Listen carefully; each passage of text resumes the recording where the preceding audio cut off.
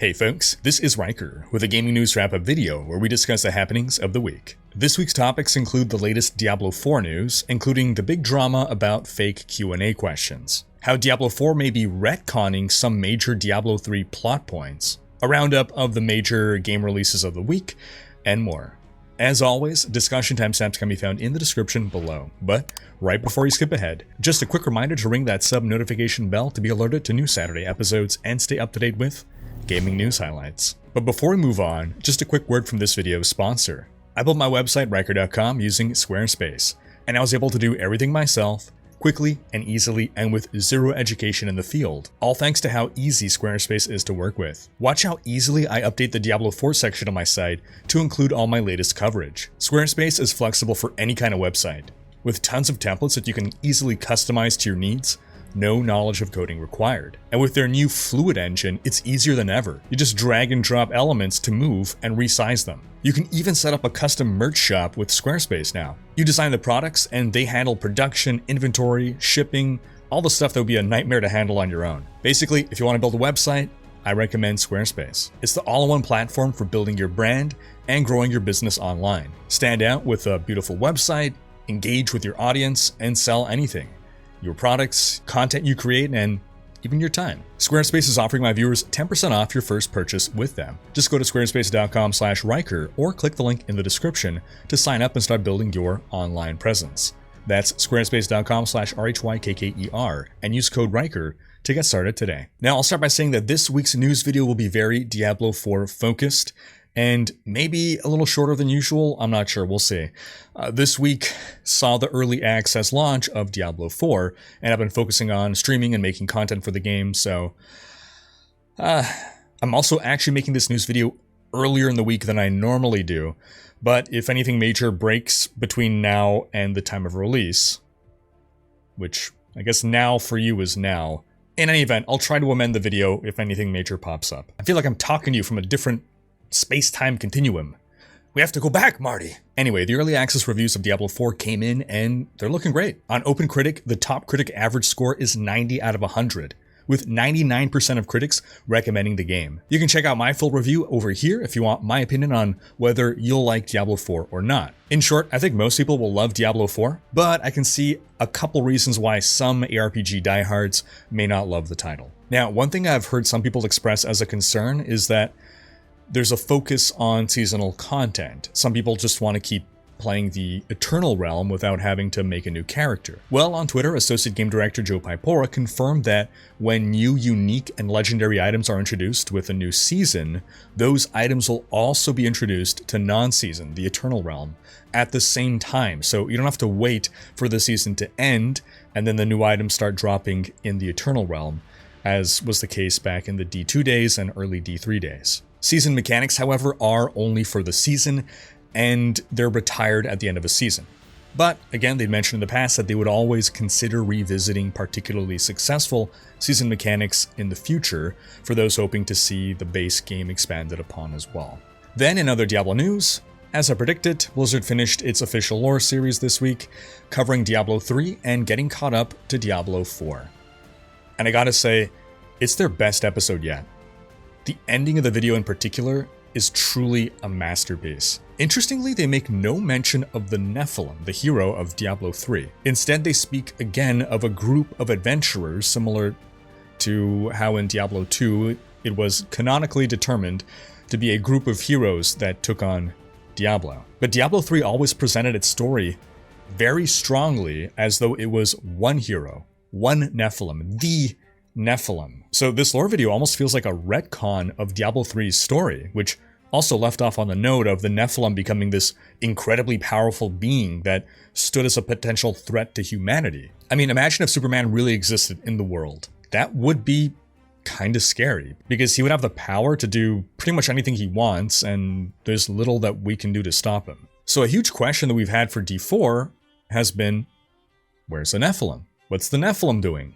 Why aren't they the one embarking on the quest to save the world? And there's a lot of different theories to answer that question, but of course there's only one real answer as per the lore. And the community has a lot of theories as to the answer to that question, but canonically there will be an actual answer. But now more than ever, I suspect that we won't even hear the word Nephilim spoken once in Diablo 4. Now, this doesn't mean that the entirety of Diablo 3 is stricken from the canon. That's definitely not the case. The entire premise of Diablo 4 is predicated on the ending of Diablo 3, the near apocalypse of Malthael slaughtering a huge portion, whether it's 50% or 90%, I think they're saying 50% now. 50% of the world population was just annihilated. But the element of the Nephilim is not just downplayed, it's just completely omitted and replaced with, again, heroes. I mean, Lorath met us. He met the Nephilim, and he talks about these events as though he has gone through them. You'd think the Nephilim's name would have come up, so there's definitely some amount of retconning happening here, at the very least, transforming it from one hero to a group. I wonder how much further that retconning may or may not go, and what potential impact that could have on future stories told within the Diablo universe. Now, there's another highlight I want to share with you folks from that video, from the lore video. I want to show you this clip that I just found really touching, and an absolute show of respect for a beloved character. For this deed, and for many, many more, I believe history will judge Deckard Cain amongst the greatest Haradrim, representing the best of what the Haradric Order can be.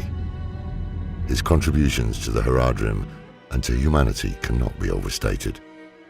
The day he left us was a dark day for us all. It almost feels like a righting of wrongs. You know, most Diablo fans, even some of the original Diablo creators, hate the way Deckard Cain was killed off in Diablo 3. In my particular case, it's not that they killed him, it's how they did it, how they handled that. And so this, in the lore video, almost feels like the new writers trying to make up for what happened in the story of D3. Now, I'm glad that this lore video came out and that it covers all of Diablo 3, because unfortunately I was not able to get my Diablo 3 lore video out in time. I wanted to do it before June 2nd or by June 2nd. That was the plan, release on June 2nd. There's just been way too many Diablo 4 videos to make. In my mind now, I'm pushing it back to June 6th, the official release date of Diablo 4, but honestly at this rate, it's not looking likely, and I apologize. I wanted to get it done, I said I would, but it just feels like it's more helpful to people to focus on getting the Diablo 4 content out for now. And it's just been non-stop all-nighters grinding out content. But that's why I'm so glad that there is this official lore video there to get you caught up before Diablo 4. Alright, on to other news in case you missed it. There's currently a competition ongoing. The first 1,000 players who reach level 100 in hardcore in Diablo 4 will have their names engraved on a statue at Blizzard HQ, and that statue will be brought to BlizzCon. Although it's possible by the time you're watching this, you know, who knows, maybe 1,000 people have already claimed the 1,000 spots. I'm sure there's some broken build, some broken stuff happening at launch right now. Anyway, overall this was a cool idea. It's great of Blizzard to support competition, especially because there's no leaderboards and there won't be for a while. This was a nice way of still, you know, supporting competitive players. Unfortunately though, it did cause a lot of drama over the last weekend. And I know that is old news by now, but the only reason I'm talking about it is because people keep asking me when I'm going to talk about it. And well, since my news videos go up on Saturdays, you know, it's generally a good guess of when I'll be talking about things. There has been so much Diablo news lately though that maybe I should start doing 2 videos per week, or otherwise just make videos more immediately as news breaks. I turn the question to you folks, what do you prefer? One weekly recap or more frequent videos? Do sound off with your opinion. Anyway, back to the drama. After the contest was announced, people rightfully pointed out that some people had review access to the game before release for 10 days.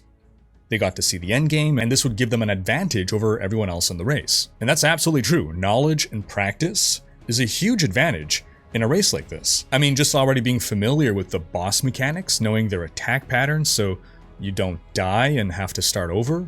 Since it's a hardcore race, I mean, it's a huge advantage. That said, gaming journalists are generally not super competitive players. They're reviewing a new game every other week, so they don't become masters of any particular game. So there wasn't a big concern about games journalists scooping up all these prestigious spots. However, many content creators also got early review access, like pro streamers, people who play video games for 12 hours a day for a living. And this included some of the best ARPG players and speedrunners out there, like members of the Max Roll team. People who stand an excellent chance of winning a race like this. So, out of fairness, the entire Max Roll team bowed out of the competition. They'll still be racing, don't get me wrong, they love to do that, but they're not going to claim any spots on the statue. And then other pros with early review access also were publicly bowing out of the competition, and it didn't take too long before Blizzard updated the contest rules.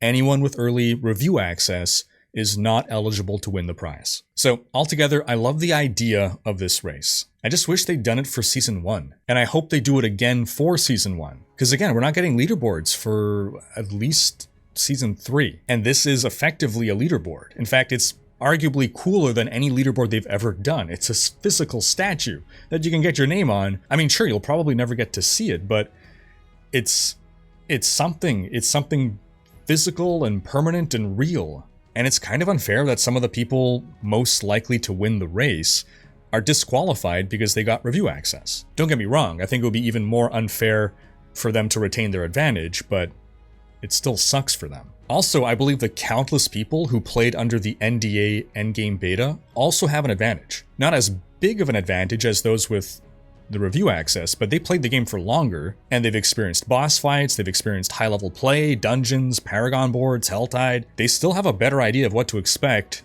than the average person. They're not disqualified. But even if Blizzard wanted to disqualify them, there's no real way to enforce that. A streamer has a public persona, they can't just buy another Battle.net account and win the competition that way. A streamer has a public persona, an anonymous NDA'd person can just buy a new Battle.net account. Also, I believe that anyone who does not pay to have early access and a 4-day head start over others is unlikely to win this competition. Now, this doesn't make Diablo 4 a pay-to-win game, but this competition, well, it's basically like an entrance fee to compete. And all of this could have been solved and avoided by just delaying the competition to Season 1. It resolves literally all issues, which is why I hope they do this again for Season 1. This was the practice race, the warm-up, and then we're going to have the real race in Season 1, right? Now, just to clarify, I'm not a competitive player. I also don't play hardcore. I was never going to try for this competition. I was never going to participate. I have no personal stakes in this. And overall, I do feel like people were being over-dramatic about the situation. While yes, it does strongly affect a small number of players,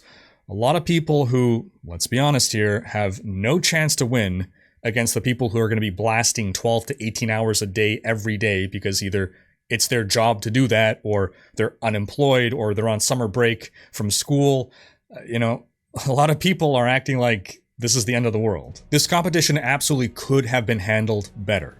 But hey, at least they're having a competition, and they tried to fix the rules, and hopefully they'll have a better handle on how to organize these in the future. But this isn't some big scandal. If this is the biggest drama about Diablo 4, we have it good. Anyway, full contest rules can be found in the description. Now, I wish I could say that was the only drama people were asking me to comment on, but it's not. The other drama story was the Q&A that we actually spoke about in last week's video. Well, some super sleuths did some digging and discovered that some of the questions being asked during that Q&A were from people that, well, didn't exist. The Q&A was hosted by Games Radar's Future Games show, and it was posted on their YouTube channel.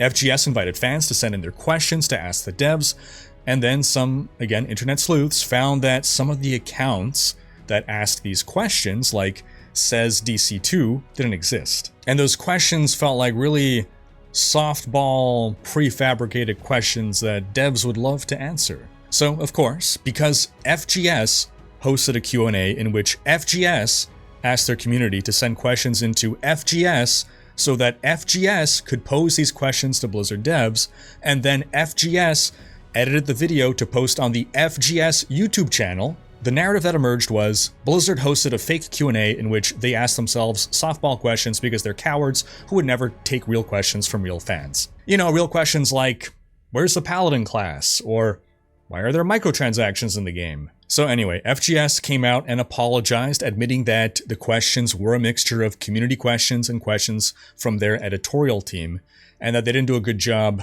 distinguishing between the two. They also said that some users requested to be anonymous, so they just randomly generated usernames for them because reasons? Fake usernames sound better than just saying anonymous? They also stressed that Blizzard did not pre-approve any of the questions. Journalist Jason Schreier theorizes that FGS simply didn't get enough response from their community and had to make up questions. And honestly, that sounds very plausible. Imagine you invite Blizzard devs to a Q&A that's been promoted as Diablo devs answer your questions. The devs show up and you have no questions to ask them. I mean, what do? Do you tell Blizzard, hey, sorry, no one in our community seems to care to ask you guys questions, so we'll just ask our own questions? Or do you come up with some Scooby-Doo plot to pretend you got questions that you've curated? Then in a quick Diablo news update, remember that leaked KFC promotion that we spoke about a couple weeks back? Yep, that's real. By buying KFC sandwiches in the US, you can unlock up to 5 exclusive KFC cosmetics. Now, I'll close out the Diablo 4 news with a reminder that in addition to my news video, I have a video that's a glossary of the terms in Diablo 4. Lucky Hit, Fortify, stuff like that, to help you understand how these things work. I also have a video to help you pick a class based on what playstyle or fantasy may better suit you. And I'll finish by saying that maxroll.gg has launched a massive redesign with a full arsenal of Diablo 4 guides to have you fully covered for whatever you need to know about Diablo 4. Be it tier lists on the best builds, leveling guides, tips on fighting the world bosses, really anything you need, maxroll.gg got you covered. Then lastly for Diablo news, after the game's launch, the devs released a hotfix with some quick balance changes. For the Sorcerer, when Flame Shield is equipped into the enchantment slot, it's placed on full cooldown. This is to stop shenanigans where you can be swapping out the skill mid-combat and effectively cheat around the cooldown. For the Rogue, we're getting a big nerf to Inner Sight specialization. After the unlimited energy expires, there'll now be a 4-second delay before another enemy becomes marked. This is a huge nerf against bosses. One of the main reasons that I go Inner Sight is because you have so much uptime on this against bosses, so much unlimited energy. Then for Barbarians, the affix Shout skill cooldown reduction will no longer appear on items. Shouts have been really strong for Barbarians. They got nerfed before. Now, clearly there must have been some late game shenanigans with perma shout uptime, so I imagine this is a deserved nerf. Then lastly, monster health values have been increased in later world tiers. They must mean tier 3 and 4 for this. Nightmare and Torment, not tier 2 veteran. Also, I've seen folks complaining about Diablo 4 being too easy and they're playing on world tier 1. I recommend World Tier 2 for maximum fun, especially if you're finding the game too easy, just crank up the difficulty. It is true that if all you care about is being as efficient as possible and leveling as fast as possible, World Tier 2 is generally for most people less efficient than World Tier 1, but if you say the game is too easy and you're playing on World Tier 1, then that's your own fault. Then, super quick news, the FTC has officially approved the acquisition of Activision Blizzard by Microsoft. And after many countries have as well, that really just leaves the UK's CMA that is opposing it, and again, it's gonna be contested.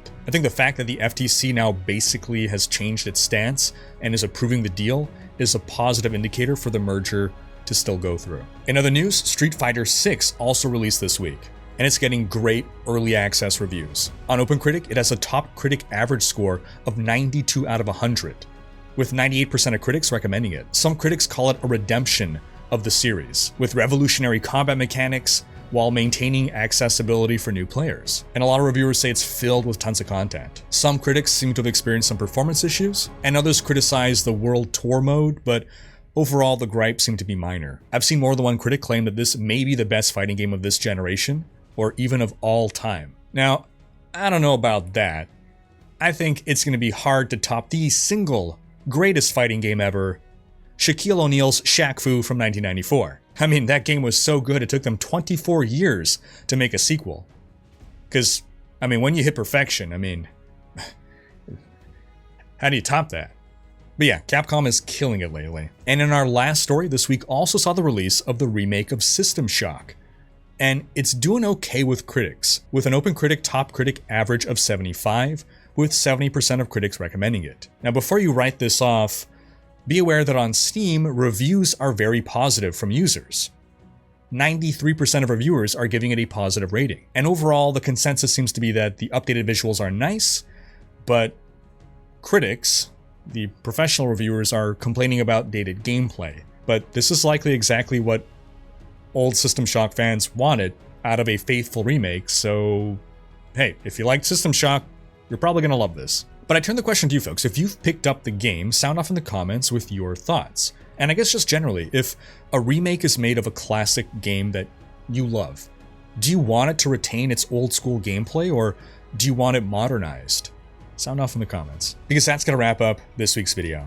But do be sure to have checked out last week's video in which we discussed the leaked Blood Knight class for Diablo Immortal that some say is also coming to Diablo 4. Thanks for watching. Special thanks to my Twitch, Patreon, and YouTube supporters for making these videos possible.